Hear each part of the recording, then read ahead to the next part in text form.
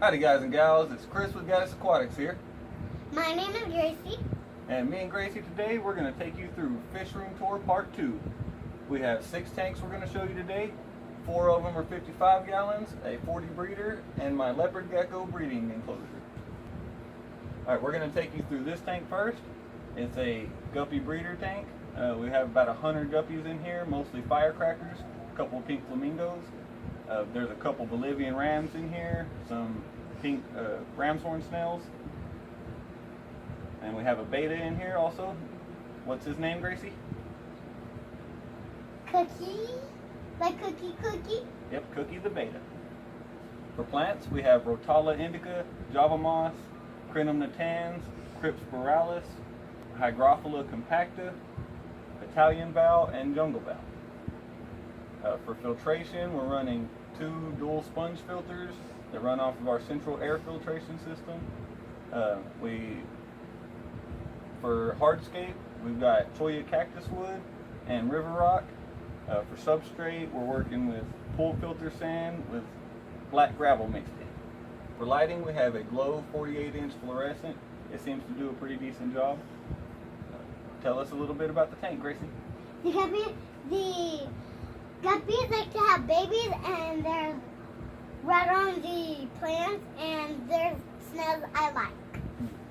Yes, ma'am. If there's anything you want to know about this tank, just comment down below, and we'll try to get them questions answered.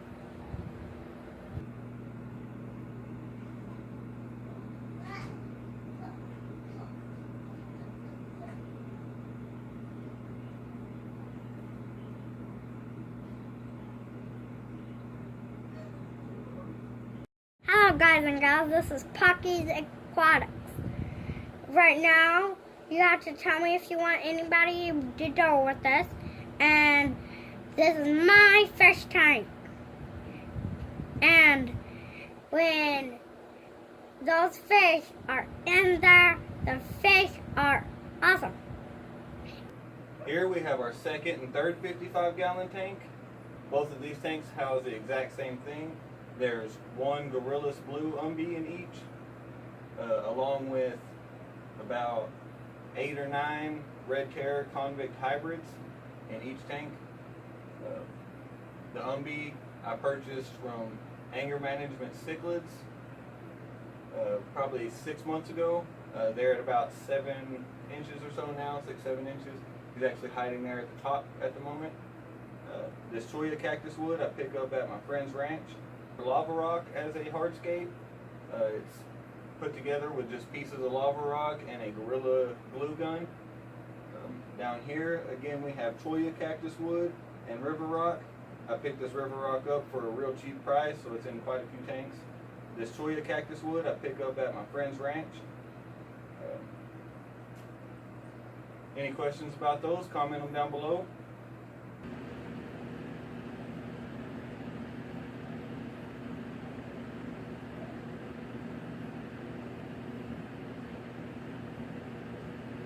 Here we have our leopard gecko breeding enclosure. It's a 40-gallon breeder. It's got 3 geckos in it right now, 2 females and 1 male. I have it partitioned off with slate as a background. Put that together with slate and silicone. There's two entrances to a sectioned off piece here in the back that is actually their laying box. She produced 3 females last year. We're hoping for many more this year, along with the other female producing.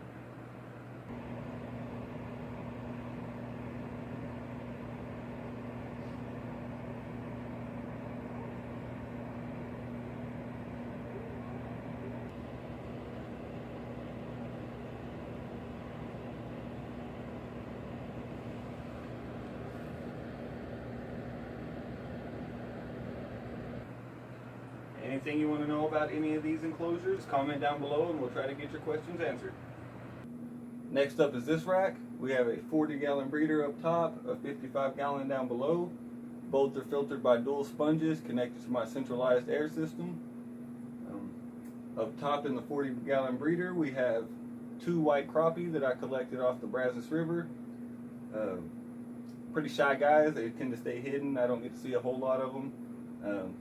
I've been feeding them bug bites and they tend to caught on to that pretty well. For hardscape, we have Texas Holy Rock that was collected in Austin, as well as some manzanita that came from a LFS. For plants, we have Amazon sword, Crypspiralis, bulbitis, as well as some jungle val. Down below here we have 3 Oscars, all were rescues from various people. We also have 2 bluegill down here, also collected those off the Brazos River. Run sand in both of them, black sand up top, pull filter sand down in the bottom. This rack as well as the last rack were both hand built. As I said before, the entire room runs off of a central air system, a total of 15 tanks in here. Of course today I'm only showing 6 tanks total. And stay tuned for the next episode to see the rest of them. Up next is our 10-gallon semi-aquatic enclosure. It houses a Japanese firebelly newt. We got him as a rescue as well.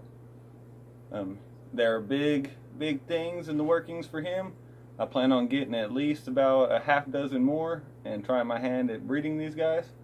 They are very cool, very fun animal to have. They're actually toxic to the touch. If you own one, wash your hands after any time of handling it. Also in there is a bunch of ram's horn snails. We breed those for any of our snail eating fish, including our pacu. That was part 2 of our fish room tour. Stay tuned tomorrow for part 3. If you like what we're doing, subscribe and check us out on Patreon if you want to help out in other ways. It's been Chris and Gracie here telling y'all have a good one.